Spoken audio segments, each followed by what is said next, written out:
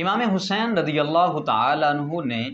مکۃ المکرمہ سے عراق کا سفر کیوں اختیار فرمایا؟ یہ ایک معرکۃ الآراء بحث ہے اور ایک ایسا سوال ہے کہ جس کا جواب جاننا نہایت ضروری ہے،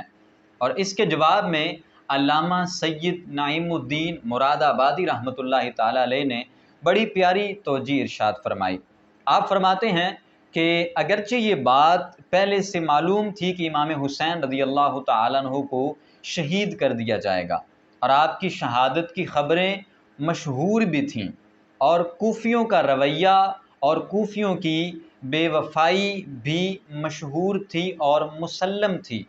اس کے باوجود امام حسین رضی اللہ تعالیٰ عنہ کے سامنے یہ مسئلہ درپیش تھا، اور یہ مسئلہ پیچیدہ تھا کہ جب کوفی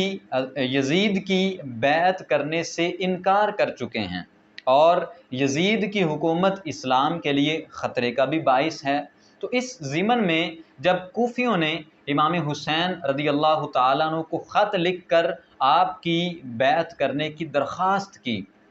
امام حسین رضی اللہ تعالیٰ عنہ کے سامنے دو چیزیں تھیں۔ ایک طرف اکابر اور جید صحابہ کرام، جن میں حضرت عبداللہ بن عباس، حضرت عبداللہ بن عمر، حضرت جابر، حضرت ابو سعید خدری رضی اللہ تعالی عنہم ہیں،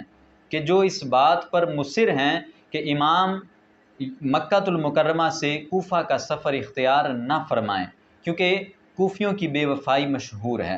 جبکہ امام حسین رضی اللہ تعالیٰ عنہ اس مسئلے میں پریشان ہیں کہ اگر کوفیوں بیعت نہ کروائی جائے تو یہ مسئلہ درپیش آتا ہے کہ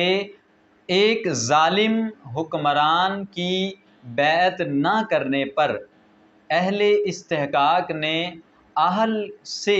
بیعت کرنے کا جب مطالبہ کیا، تو امام حسین رضی اللہ تعالیٰ عنہ کا ذہن یہ تھا کہ اگر کوفیوں کو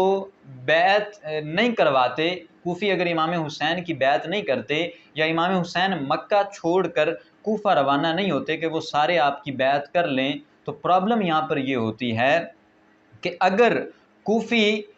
کل بروز قیامت اس بات کا اللہ کی بارگاہ میں مطالبہ کریں کہ باری تعالیٰ ایک ظالم حکمران کی بیعت نہ کر کے ہم نے ایک اہل کی بیعت کا مطالبہ کیا، جبکہ اس اہل نے بیعت کے لیے اپنے آپ کو راضی نہ کیا، جس کی وجہ سے یزید کے شدید ظلم اور شدید اصرار کی وجہ سے ہمیں مجبوراً یزید کی بیعت کرنا پڑی، تو امام حسین رضی اللہ تعالیٰ عنہ کے پاس اس بات کا جواب کیا ہوگا؟ تو یہ بات امام حسین رضی اللہ تعالیٰ عنہ کا ذہن اس طرف جو ہے وہ مائل کر رہی تھی کہ ایک بار کوفہ جا کر وہاں کے حالات کا جائزہ لیا جائے، تاکہ معلوم ہو جائے کہ اگر تو کوفہ والے بے وفائی نہیں کرتے تو پھر ایک شرعی عذر میرے سامنے آ جائے گا، اور اگر کوفہ والے بے وفائی کر دیتے ہیں تو پھر بھی ایک شرعی عذر میرے سامنے آئے گا۔ پہلی صورت میں یہ ہے کہ اگر کوفہ والے بے وفائی نہیں کرتے تو صحابہ کرام کو تسلی دینا بن جائے گا، ان کے سامنے ایک جواب آ جائے گا کہ کوفہ والوں نے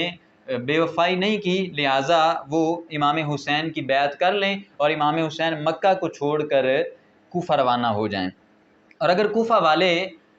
بے وفائی کر دیتے ہیں تو پھر امام حسین کے سامنے یہ شرعی عذر آ جائے گا کہ ان کی بے وفائی کی وجہ سے امام حسین نے سفر نہ کیا، لہٰذا اس ساری پیچیدہ صورتحال میں امام حسین رضی اللہ تعالیٰ عنہ نے اپنے چچا زاد بھائی حضرت مسلم بن عقیل رضی اللہ تعالیٰ عنہ کو کوفہ والوں کا جائزہ لینے کے لیے کوفہ روانہ کیا، اور ایک خط بھی ان کے یہاں روانہ کیا۔ جب حضرت مسلم بن عقیل کوفہ پہنچے تو آپ نے وہاں سے حضرت امام حسین کو یہ خط لکھا کہ امام علی مقام سارے کوفہ والے میرے ہاتھ پر بیعت کر چکے ہیں، لہٰذا آپ مکہ کو چھوڑ کر کوفہ تشریف لے آئیے۔ جب امام حسین کو یہ خط پہنچا تو حضرت امام حسین رضی اللہ تعالیٰ عنہ صحابہ کرام کی رائے کے مخالف، یعنی اختلاف رائے رکھتے ہوئے حضرت امام علی مقام 82 افراد کا قافلہ لے کر 3 ذو الحج 60 ہجری کو